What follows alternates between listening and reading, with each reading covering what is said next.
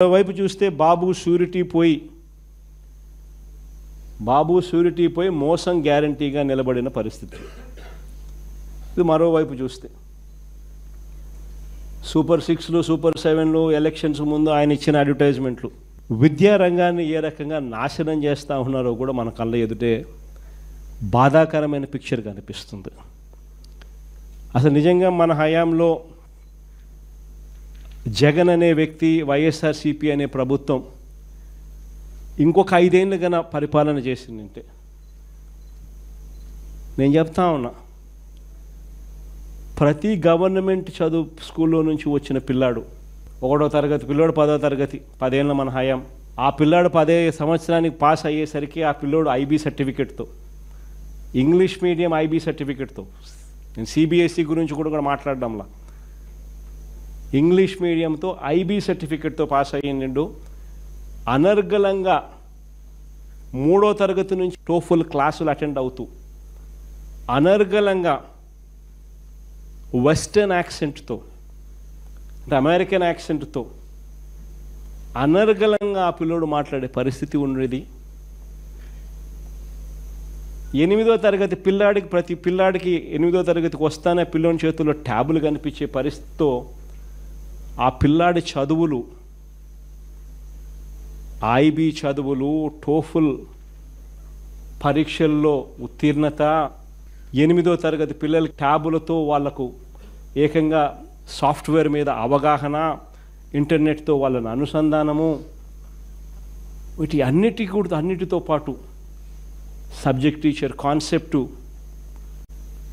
ఇవన్నీ కలిపి అసలు ఆ పిల్లాడి ఏ స్టేజ్లో వచ్చేవాడంటే, అసలు ఉద్యోగాల కోసం ఆంధ్ర రాష్ట్రం ఒక గేట్వే అయ్యేది. అటువంటి కమ్యూనికేషన్ స్కిల్స్, అటువంటి నాలెడ్జ్ బేస్డ్ ఎడ్యుకేషను ఆంధ్ర రాష్ట్రంలో ప్రతి పేదవాడు, మిడిల్ క్లాస్ ఫ్యామిలీస్కు అందుబాటులోకి వచ్చేది.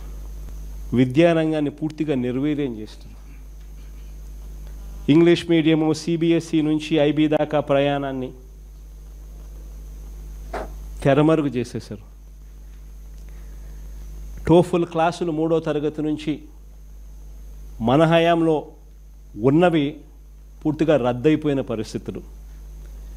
8వ తరగతి పిల్లలకు వచ్చేసరికి పిల్లల చేతుల్లో ట్యాబులు కనిపించేటివి ఈరోజు ట్యాబుల గురించి కనీసం మాట్లాడే పరిస్థితి కూడా లేదు. ఇచ్చే పరిస్థితి దేవుడు ఎరుగు, కనీసం మాట్లాడే పరిస్థితి కూడా లేదు. 3వ తరగతి నుంచే సబ్జెక్ట్ టీచర్ కాన్సెప్ట్ మన హయాంలో ప్రతి స్కూల్లో, గవర్నమెంట్ స్కూళ్ళల్లో అందుబాటులో ఉండే పరిస్థితి ఉంటే అసలు ఆ స్కూల్లో సబ్జెక్ట్ టీచర్ కాన్సెప్ట్ గురించి ఈరోజు మాట్లాడే పరిస్థితి కూడా లేదు. నాడు నేడు పనులు ఈరోజు పూర్తిగా ఆగిపోయిన పరిస్థితులు. బాధ ఎక్కడ కలుగుతుందనంటే, నాడు నేడు పనులు ఆగిపోవడమే కాకుండా కనీసం వాటికి సంబంధించిన మెయింటెనెన్స్ కూడా ఈ ప్రభుత్వం చేయలేని అధ్వానమైన పరిస్థితులకి మొత్తం విద్యా వ్యవస్థను నెట్టేసింది. రోజుకొక మెనూతో గోరుముద్ద అనే కార్యక్రమం మన హయాంలో గొప్పగా నిర్వర్తించిన కార్యక్రమం ఈరోజు కనుమరుగైపోయింది. ఈరోజు గవర్నమెంట్ స్కూళ్ళల్లో ఏకంగా 5 లక్షల మంది విద్యార్థులు తగ్గిపోయిన పరిస్థితులు. మన హయాంలో గవర్నమెంట్ స్కూళ్ళల్లో నో వేకెన్సీ బోర్డ్స్ చూసినాం. ఎమ్మెల్యేల దగ్గరికి గవర్నమెంట్ స్కూల్లో సీటు కోసం రికమెండేషన్ చేయమని చెప్పి ఎమ్మెల్యేల దగ్గరికి ప్రజలు వచ్చి అడిగిన పరిస్థితులను మనం చూస్తాం. ఈరోజు గవర్నమెంట్ స్కూళ్ళల్లో పరిస్థితి ఏమంటే 5 లక్షల మంది పిల్లలు ఈరోజు విద్యార్థులు తగ్గిపోయిన పరిస్థితులు ఈరోజు రాష్ట్రంలో కనిపిస్తూ ఉన్నాయి. గత ఏడాది తల్లికి వందనం అని చెప్పి మనం పెట్టిన అమ్మఒడిని వాళ్ళ తల్లికి వందనం అని పేరు మార్చినారు. గత ఏడాది పూర్తిగా ఎగరగొట్టేశారు. ఎంతమంది పిల్లలు ఉంటే అంతమంది పిల్లలకు అని అన్నారు. చివరికి అక్కడ 30 లక్షల మంది పిల్లలను ఎగరగొట్టేసినారు. 15,000 కాస్త 13,000 అన్నారు. 13,000 కాస్త తీరా ఎంత ఇచ్చినారని చూస్తే కొందరికి 8,000, కొందరికి 9,000, కొందరికి 10,000. నిజంగా బాధ ఎక్కడ కనిపిస్తుందనంటే, నాడు నేడు అనే గొప్ప కార్యక్రమం ద్వారా మనం రూపురేఖలు మార్చే కార్యక్రమం మనం చేస్తే, ఆ నాడు నేడు పనుల ద్వారా ఆర్ఓ ప్లాంట్లు ఎక్కడైతే పెట్టారో ఆ ఆర్ఓ ప్లాంట్ల నిర్వహణ కూడా వీళ్ళు సరిగ్గా చేయక కురుపాంలో నియోజకవర్గంలో ఏకంగా 2 పిల్లలు చనిపోయారు. 143 మంది పిల్లలకు పచ్చకామర్లు. హాస్పిటల్లో ఇంకా 30 మంది పిల్లలు ఇప్పటికి కూడా ఉన్నారు. నెల రోజుల క్రితం జాండీస్ కేసులు బయటపడితే కనీసం పట్టించుకునే నాతుడు లేడు. ఎక్స్ఎమ్మెల్యే మన కంటెస్టెడ్ క్యాండిడేట్ పోయి ఎందుకు పట్టించుకోవడం లేదని చెప్పి నిలదీస్తే తప్ప. ఫీజు రీయింబర్స్మెంట్ చూస్తే జనవరి ఫిబ్రవరి మార్చికి సంబంధించి 2024 జనవరి ఫిబ్రవరి మార్చికి సంబంధించిన ఫీజు రీయింబర్స్మెంట్ ఆ త్రైమాసికానికి సంబంధించింది మామూలుగా ఏప్రిల్లో వెరిఫికేషన్ చేసి మేలో ఇవ్వాలి. ఎన్నికలు రావడం అక్కడ నుంచి పోస్ట్పోన్మెంట్ జరిగితే 2024 జనవరి ఫిబ్రవరి మార్చికి సంబంధించిన క్వార్టర్లో త్రైమాసికాన్ని నుంచి మొదలు పెడితే ఈ సెప్టెంబర్ దాకా తీసుకుంటే 7 త్రైమాసికాలు విద్యా దీవెన సొమ్ము మామూలుగా ప్రతి త్రైమాసికానికి అప్రాక్సిమేట్లీ 650 కోట్ల నుంచి 700 కోట్లు అప్రాక్సిమేట్గా అవుతుంది.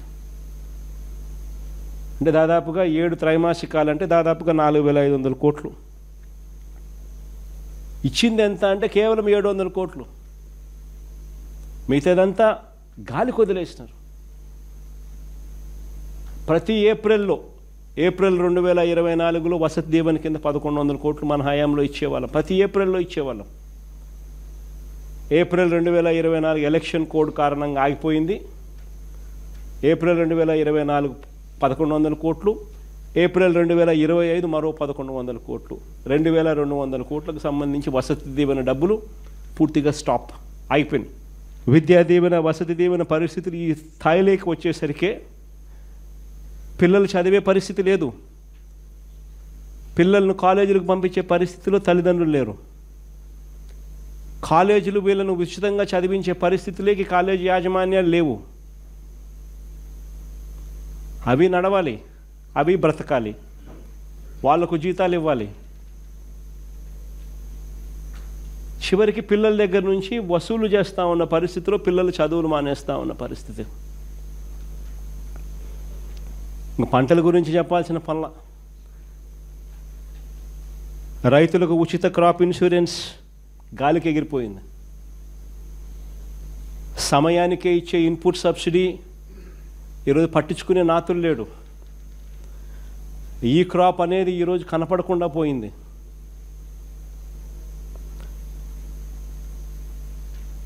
ఆర్బీకేల పరిధిలో ఈ క్రాప్ ఆధారంగా సీఎం యాప్ అని continuous monitoring of agricultural price and procurement కింద